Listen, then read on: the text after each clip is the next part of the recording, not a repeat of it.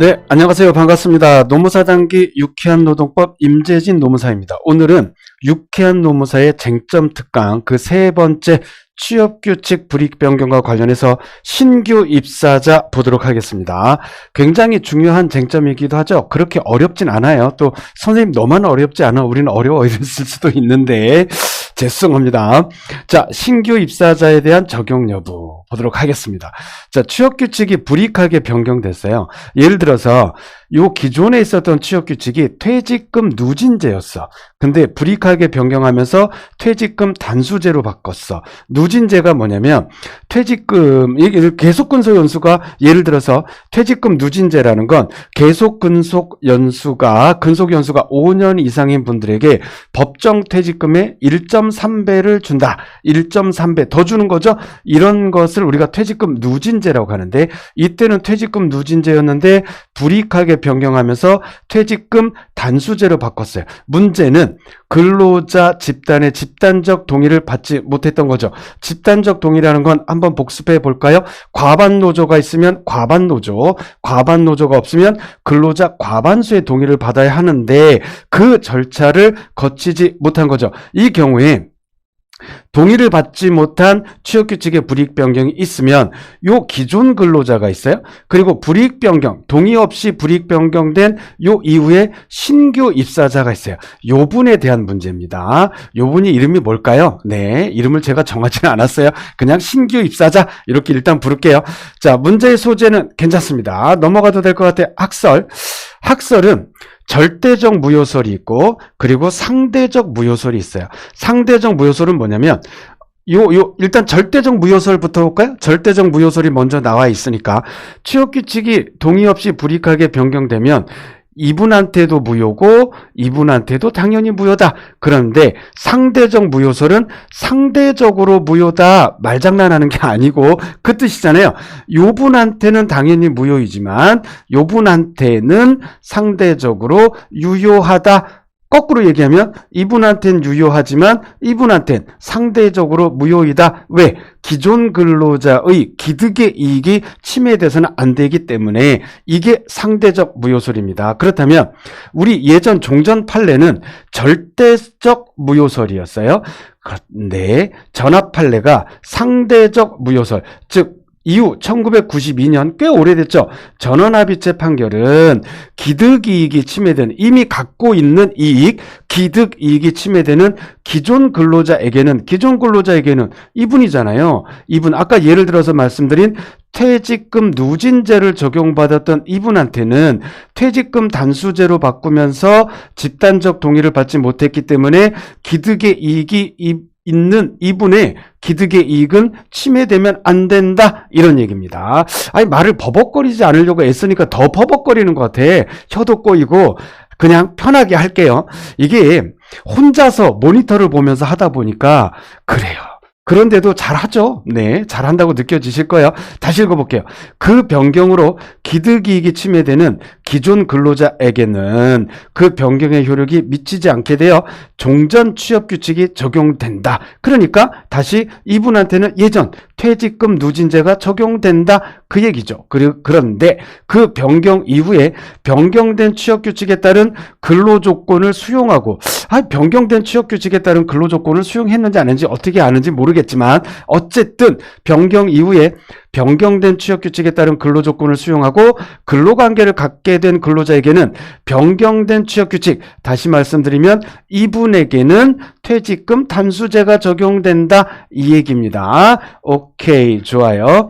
기득이익의 침해라는 효력 배제 사유가 없는, 왜냐하면 신규 입사자는 기득이익이라는 게 없잖아요. 그래서 기득이익의 침해라는 효력 배제 사유가 없으신 변경 후의 취업근로자, 신규 입사자라고 부르죠. 이분에게는 종전, 예전 취업규칙이 적용되어야 한다고 볼 근거가 없다. 그러니까 퇴직금 누진제를 적용해야 될 필요가 없다. 그럴 근거가 없다. 이런 얘기죠. 그렇다면 취업규칙의 수를 한번 보도록 할게요. 취업규칙의 수. 상대적 무효설에 따르면 다시 어지럽지만 다시 일로 넘어왔어요. 불이익 변경. 동의 없이 취업규칙이 불이익하게 변경이 됐어. 그러면 상대적 무효설인 판례에 따르면 이분한테는 동의 없이 변경된 불이익 변경된 요 취업 규칙 퇴직금 단수제가 적용되는 거고, 기존 근로자에게는 기득 이익이 침해되면 안 되니까 퇴직금 누진제가 적용이 되죠. 그렇다면 한 사업장에 그 취업 규칙이 두 개가 있는 셈이 되잖아요.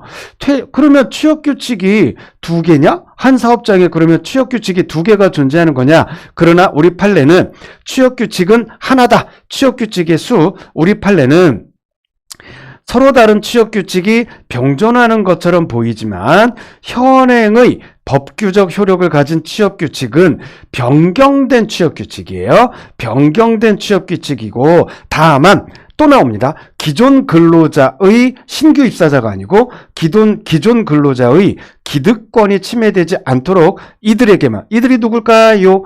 기득권이 침해되는 기존 근로자, 이분들의 기득권이 침해되지 않도록 이들에게만, 기존 근로자분들에게만 종전의 예전의 취업규칙이 적용될 뿐이다, 이런 얘기예요. 그래서 하나의 사업 내에 둘 이상의 취업규칙을 둔 것이라고 할 수는 없다. 꽤 오래전에 전원합의체 판결입니다. 그 다음에 퇴직금 차등금지 위반 여부를 볼게요. 퇴직금 제도를 설정하면서 차등하게 설정하면 안 돼요. 안 돼요. 그런데 상대적 무효설에 따라 기존 근로자에게는 취업규칙상의 퇴직금 누진제 다시 한번 설명드릴까요? 예를 들어서 근속 연수가 5년 이상인 분에게는 법정 퇴직금의 1.3배를 지급한다. 아니면 더 좋은 회사는 1.5배를 지급한다. 뭐 이런 거. 이게 퇴직금 누진제인데, 취업규칙상의 퇴직금 누진제가 기존 근로자에게는 적용돼. 우리 판례의 상대적 무효설에 따르면. 그렇죠. 그런데 불이익 변경에서 단수제로 바꿨어요. 무슨 단수제야? 수돗물이 끊어지는, 말장난해서 죄송합니다. 정말 죄송해요. 수돗물 끊어지는 거 그런 거 아니고, 자, 요 퇴직금 누진제를 단수제로 바꾼 거잖아요. 불이익 변경하는데 동의를 받지는 못했어. 근데 신규 근로자, 신규 입사자에게는 요 퇴직금 단수제가 적용이 되죠. 그러면 퇴직금 누진제와 퇴직금 단수제, 이거 퇴직금 차등금지 원칙에 위배되는 거 아니냐라는 퀘스천 마크가 생길 수 있는데, 우리 판례는 명쾌하게 이렇게 설명을 하고 있습니다. 이것도 대법원 전원합의체 1992년도 꽤 오래된 판례입니다. 퇴직금 차등금지 원칙은 하나의 사업 내에 차등 있는 퇴직금 제도의 설정을 금지하는 거예요. 이 단어가 꼭 들어가야 되죠. 키워드 중에 키워드입니다. 퇴직금 제도에 차등 있는 퇴직금 제도의 설정을 금지하는 거예요. 뭐가? 퇴직금 차등금지 원칙은 설정을 금지하는 거지. 취업규칙 변경 과정에서 결과적으로 차등 있는 퇴직금 제도가 적용되는 거잖아요. 기득의 이익이 침해돼서는 안 되는 기존 근로자들은 기존의 퇴직금 누진제, 기득의 이익이 없는 신규 근로자에게는 퇴직금 단수제. 그러니까 결과적으로 취업규칙 변경 과정에서 퇴직금 제도가 차등 있게 적용되는 거지, 설정한 게 아니라 적용되는 거다. 이런 것은 퇴직금 차등금지 원칙 위반이 아니라고 한다. 이거 다시 말씀드리지만 꽤 오래된 대법원 전원합의체 판결입니다. 자, 그 다음에 있는 아라비아 숫자 3번 단체 협약에 의한 소급 동의는 요거 짧지만 다음 시간에 하도록 하겠습니다. 너무 길게 하면 지루하실 것 같아서 오늘은 신규 입사자에 관련된 거 다음 시간에 단체 협약에 의한 소급 동의 보도록 하겠습니다. 노무사 단기 유쾌한 노무사 임재진 노무사였습니다.